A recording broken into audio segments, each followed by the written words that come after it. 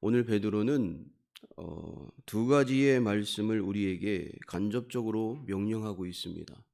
1절에서는 버려야 될 것을 이야기하고 있고요. 2절에서는 사모해야 될 것을 말씀하고 있습니다. 하나님 그러면서 2절의 하반절에 결론과 같은 이야기를 베드로가 합니다. 이는 그로 말미암아 너희로 구원에 이르도록 자라나게 하려 함이니라. 베드로가 이 성도들에게 원하는 궁극적인 이 말씀의 메시지의 목적은 구원에 이르도록 자라나게 하기 위함이라고 전제하고 있습니다. 그러니까 하나님을 믿는 사람들이 하나님을 믿게 된 것에서 우리의 신앙이 끝나는 것이 아니라 하나님을 믿게 되고 섬기게 된 자들이 궁극적으로는 우리가 신앙의 성품과 인격과 신앙의 깊이가 예수 그리스도를 닮아 나가는 자리에까지 자라나야 한다는 것입니다. 그것이 하나님이 우리를 부르신 목적이고 그 성숙함을 가지고 우리가 하나님의 나라에 이르러서 주님 아버지 앞에 섰을 때 칭찬받을 수 있는 하나님이 기뻐하시는 자녀가 되는 것이 이 땅에서의 사는 성도들의 궁극적인 삶의 목적이라는 것입니다. 그러므로 베드로가 여기에서 네 가지를 이야기하고 있는 건데요.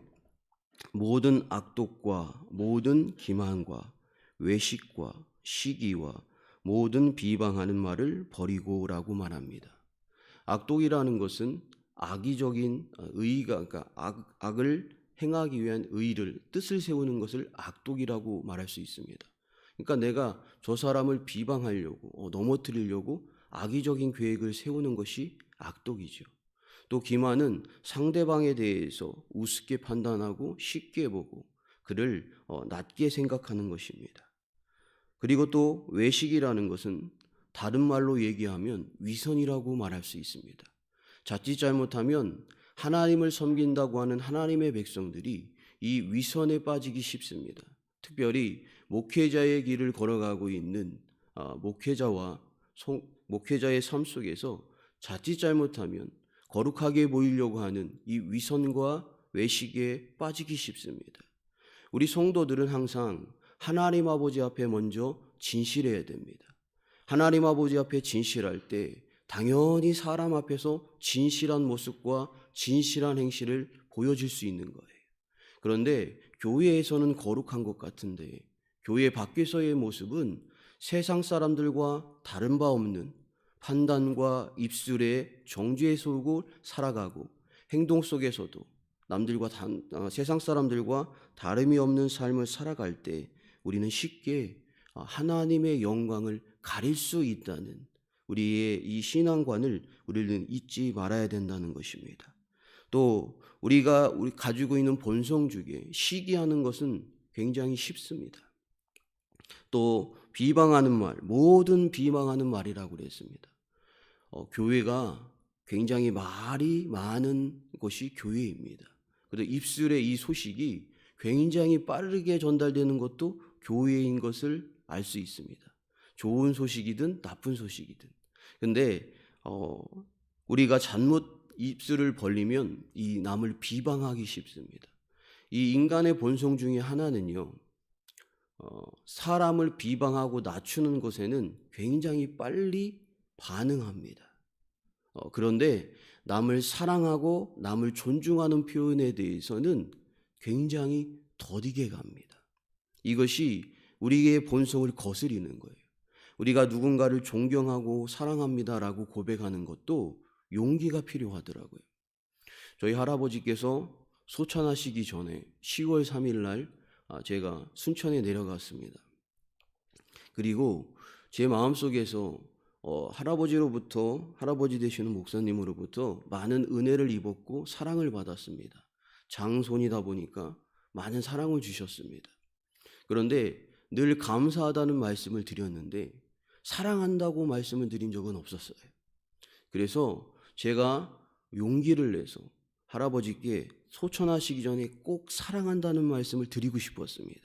그래서 귀가 들리실 때 그 말씀을 드리려고 했는데 쉽게 입에서 떨어지지 않더라고요.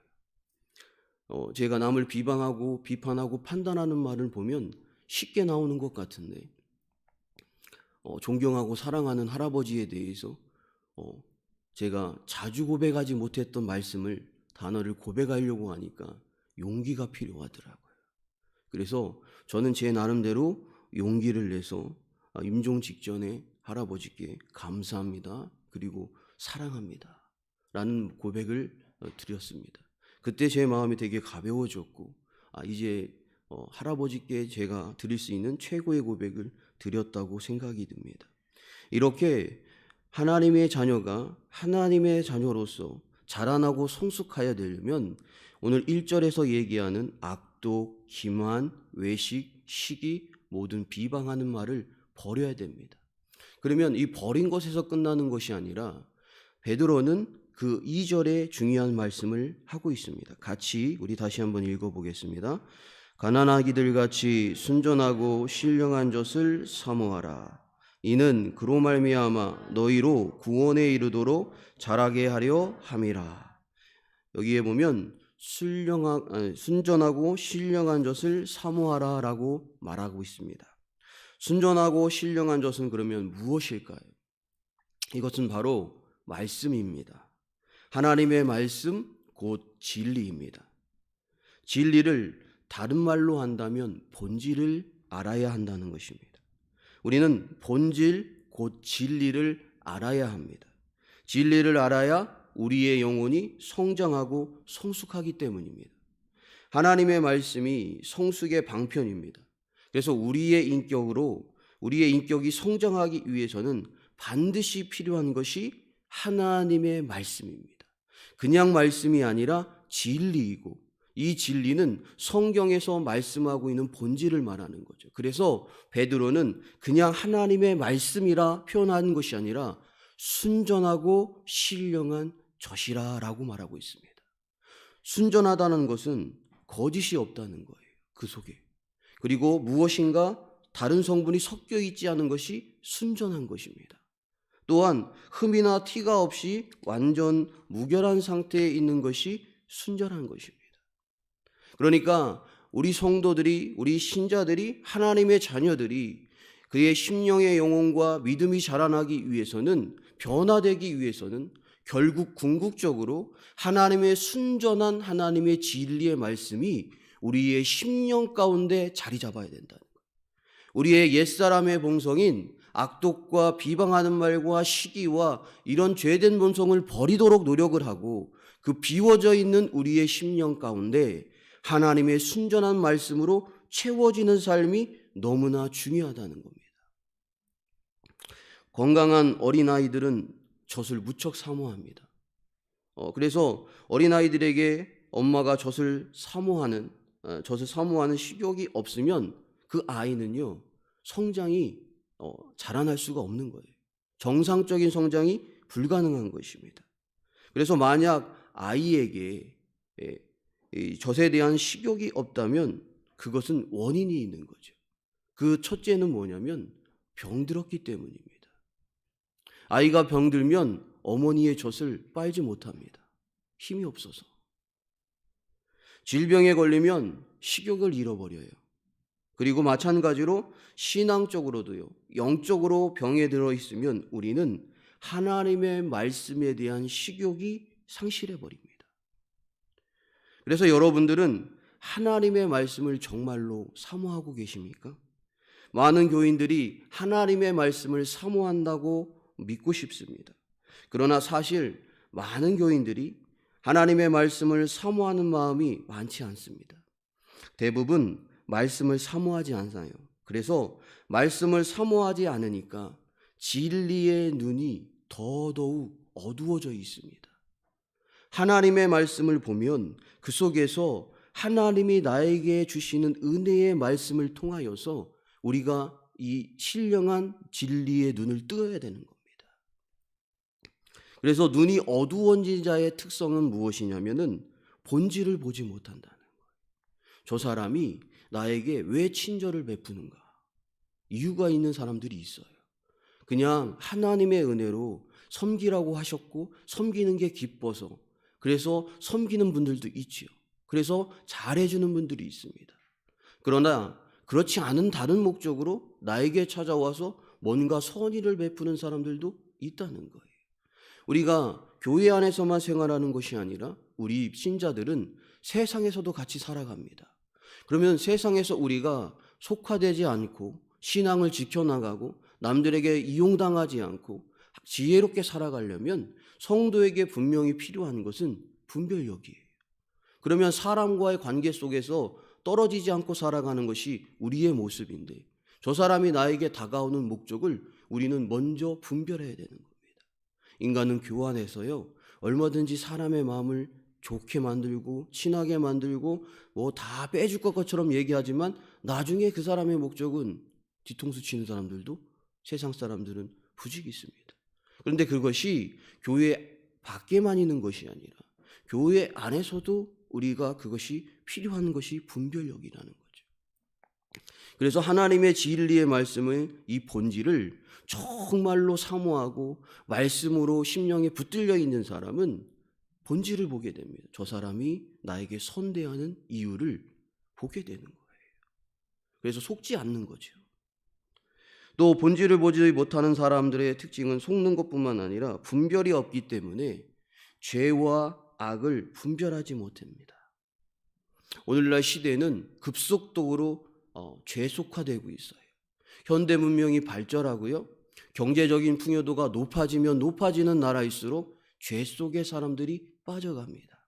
정말로 안타깝고 창피한 이야기지만 요 근래에 들어서 대한민국에 마약의 문제가 굉장히 심각해지고 있습니다. 이 마약의 문제와 성적 타락의 문제가 많이 대두되고 있다는 것은 이 나라가 점점점 죄성으로 더 깊이 빠져들고 있다는 증거예요. 자, 그래서 이 시대와 세대를 분별하지 못하니까 우리 성도들이 깨어있지 못하는 겁니다. 세상은요, 우리가 생각하는 것보다 더 급박하게 돌아갑니다. 세계의 정치와 경제도 굉장히 급박하게 돌아갑니다. 그런데 깨어있지 못하니까 내가 이 정도 신앙생활하고 있으면 잘하고 있는 거지. 내가 이렇게 풍요롭게 생활하고 있으니까 너 이 정도 부족함이 없이 생활하고 있으니까 괜찮은 거지. 이렇게 생각하기 쉽다고요. 그러나 하나님은 우리를 그런 목적으로 우리를 부르신 것이 아니에요. 이 시대와 이 세대를 변화시킬 목적으로 하나님이 우리에게 믿음을 선물로 주시고 하나님의 자녀로 부르신 거예요. 그래서 우리가 우리의 능력으로 세상을 다 변화시킬 수는 없습니다. 그러나 주님이 우리에게 주신 강력한 은혜의 무기와 도구가 있어요. 성도는 기도하는 것이죠. 나라와 민족을 위해서 기도할 때이고, 교회를 위해서 기도할 때이고, 여러분의 가정과 자녀와 직장을 위해서 날마다 기도할 때가 오늘 우리가 살아가고 있는 이 시대인 것입니다. 그래서 말씀을 사모하고 원하는 간절한 마음을 잃어버렸다면 병든 상태인 줄 알고 깨어있는 우리가 되어야 하는 것입니다. 두 번째로 우리가 알 수 있는 것은 말씀이 아닌 다른 대응품으로 우리의 심령이 채워졌기 때문에 말씀을 사모하지 않는다는 것입니다. 우리가 밥 먹기 전에 먼저 과자나 이런 다른 아이스크림이나 과일이나 이런 것들을 먼저 먹어버리면 정상적으로 우리가 많은 식사를 하지 못해요. 정말 먹어야 할 것이 밥이 아니라 대용품을 우리가 먹었기 때문에 이미 배가 채워져 있기 때문입니다. 우리가 하나님의 말씀이 아닌 이 세상의 것을 마음에 이미 채워놓고 있으면 우리가 정말 취해야 할 하나님의 말씀을 사모하지 않습니다. 예를 들어서 여러분이 교회에 와서 예배하시기 전에 세상의 드라마를 보고 오신다든지 코미디 프로그램을 보고 오신다든지 뉴스를 보고 와서 예배당에 앉아서 예배를 잘 드리려고 하면 은혜가 쉽게 받아지고 있는 것을 느끼십니까? 대부분 은혜를 잘 받지 못합니다. 왜냐하면 이미 우리가 예배 드리기 전에 마음으로 와서 미리 와서 30분씩 일찍 와서 심령을 다 비우고 죄를 회개하고 내 마음을 정결케 하고 예배에 은혜 받을 수 있는 심령의 준비를 하고 예배를 드리는 분과 아무런 준비 없이 세상의 뉴스와 프로그램과 뭐 이런 것을 다 보고 와서 예배 시간에 촉박해서 앉아서 예배를 드리면 이미 채워졌기 때문에 세상의 것으로 은혜가 쉽게 받지 못합니다. 뿐만 아니라 우리의 영혼이, 내 영혼이 악독이나 기만이나 외식이나 시기나 비방하는 말로 가득 차 있을 때 말씀을 사모하는 마음도 잃어버립니다. 목회자가 강단에서 가장 설교하기 힘들 때가요, 막 화가 났을 때, 누구와 싸우거나 화가 났을 때, 그 화가 해결이 안 되고 강단에 올라와서 설교를 하려면 굉장히 어렵습니다. 왜냐하면 그것이 마음속에 채워져 있기 때문이죠. 성도들도 똑같아요.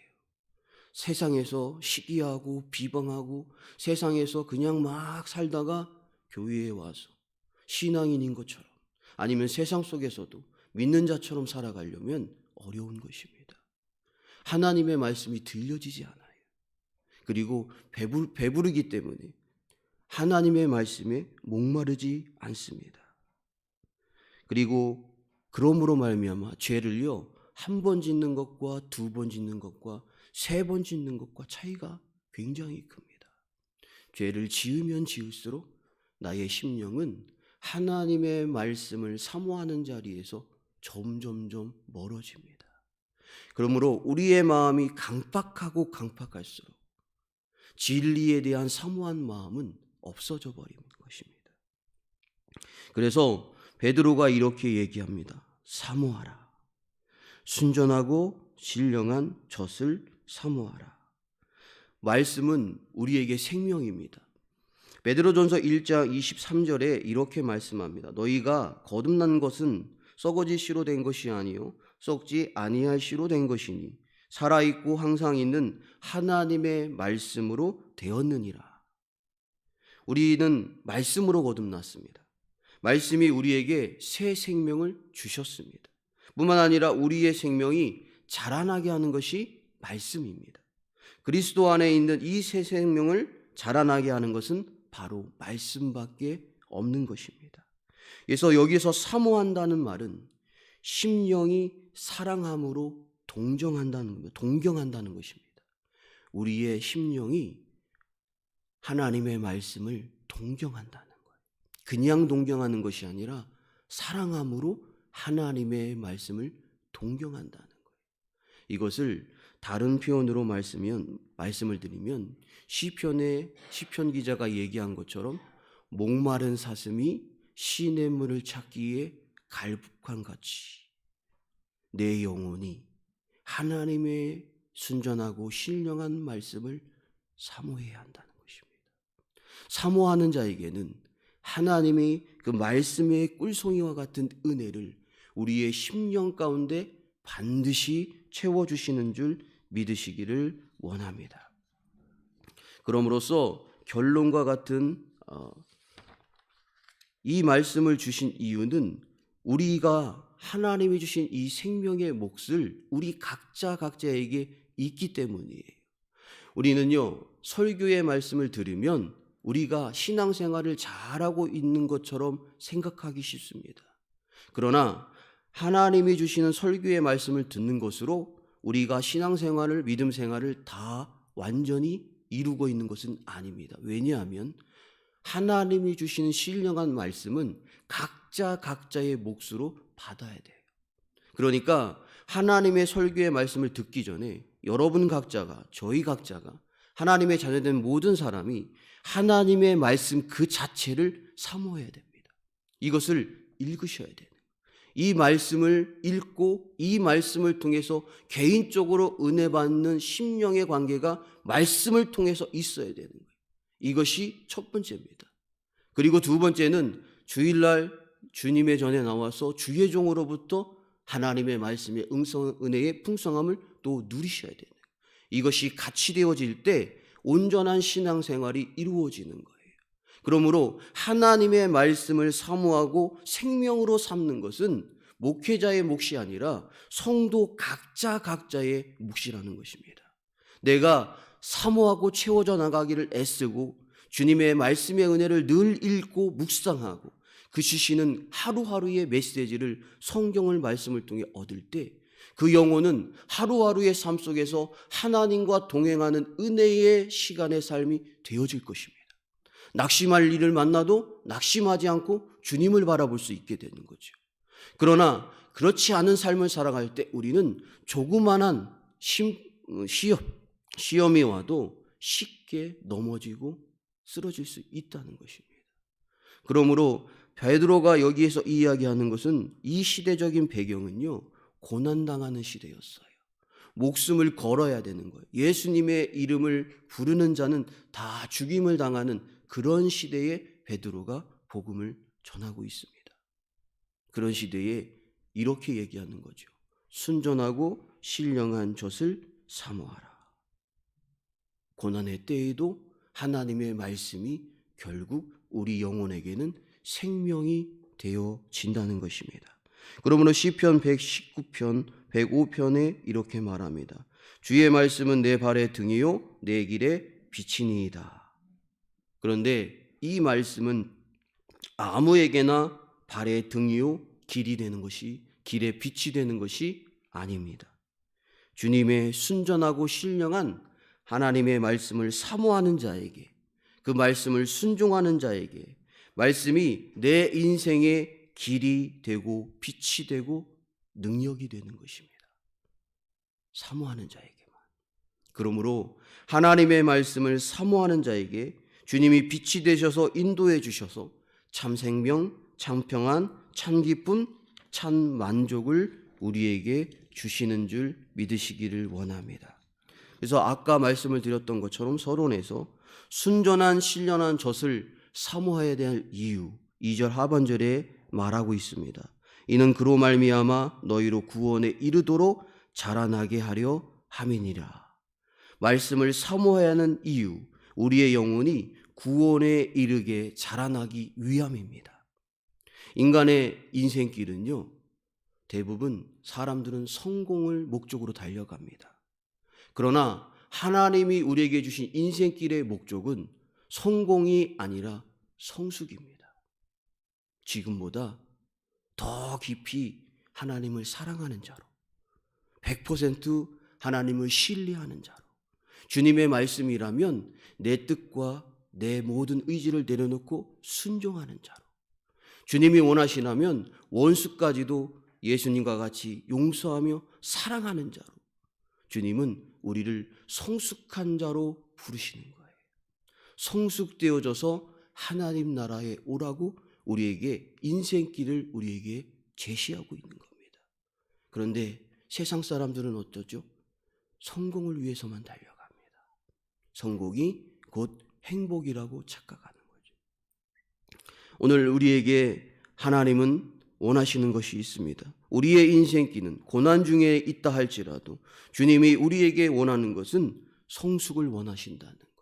주의 말씀으로 채워진 심령, 그래서 고난 중에도 주의 말씀을 붙들고 나아갈 때 나와 함께 하시고 나를 동행하시고 나에게 힘이 되어 주시고 나의 곁에 계셔서 살아서 역사하시는 그 하나님을 주님은 만나기를 우리에게 원하신다는 거예요. 그러므로 주님은 하나님의 자녀가 하나님의 나라에 이르는 완전한 구원은 이른 날까지 성화되기를 원하시는 것입니다. 그러면 우리의 신앙, 우리의 믿음은 무엇으로 자라나야 합니까? 앞에서 말씀드렸던 것처럼 우리의 악함을 버리는 것이 먼저이고, 그 다음에는 반드시 주님의 선한 말씀을 사모함으로 우리의 심령에 채워져야만 자라날 수 있다는 것입니다. 그래서 사람의 참으로 변화될 수 있는 것은 주님의 진리의 말씀으로 채워질 때 내 자신이 변화될 수 있다는 것입니다. 오늘 이 새벽에 저와 여러분이 같이 더 하나님의 은혜 안에서 순전하고 신령한 진리의 말씀을 사모하고 내 안에 있는 악독과 시기와 모든 비방하는 옛사람의 본성은 다 내어버리고 주님이 원하시는 하나님의 사람으로 더 성숙되어지기를, 다름들 하기를 쉬지 않는 여러분과 저가 되기를 주님의 이름으로 축원합니다. 기도하시겠습니다. 살아계신 하나님, 은혜와 사랑을 감사합니다. 너무나도 부족하고 연약한 죄인이지만 하나님께서 사랑하여 불러주셔서 우리가 이 땅에 사는 짧은 인생의 시간 동안 더 거룩한 자로, 더 성숙한 자로, 더 예수 그리스도를 닮아나가는 자로 자라나기를 원하셔서 우리에게 믿음을 선물로 주시고 영원한 생명길을 저희에게 부여하여 주시니 하나님 그 은혜와 사랑을 진심으로 감사합니다. 믿음으로 살아가는 우리가 되게 하여 주시고 날마다 순전하고 신령한 생명의 진리의 말씀을 사모하여서 날마다 주의 말씀을 주야로 묵상하고 또 하나님이 주시는 말씀의 설교를 심령에 담아서 우리가 목마른 사슴과 같이 늘 주님의 은혜를 사모함으로 성숙되어지고 자라남으로 하나님의 영광을 돌리는 이 땅의 삶이 되게 하시고 하나님 아버지 앞에 섰을 때 잘했다 칭찬받을 수 있는 우리의 모습이 될 수 있도록 믿음과 은혜를 부어 주시옵소서. 이날 새벽에 나와 있는 우리 도봉교회 성도님들에게 은혜를 베풀어 주셔서 기도하는 이 시간 주님의 성령이 그들의 심령 가운데 함께하여 주시고 기도의 모든 제목들이 하나님 아버지 앞에 상달되는 은혜가 임하게 하여 주셔서 주님으로부터 채워지는 은혜로 위로받고 돌아가는 복된 시간이 되도록 성령께서 친히 역사하여 주시옵소서. 예수님의 이름으로 기도하옵나이다. 아멘.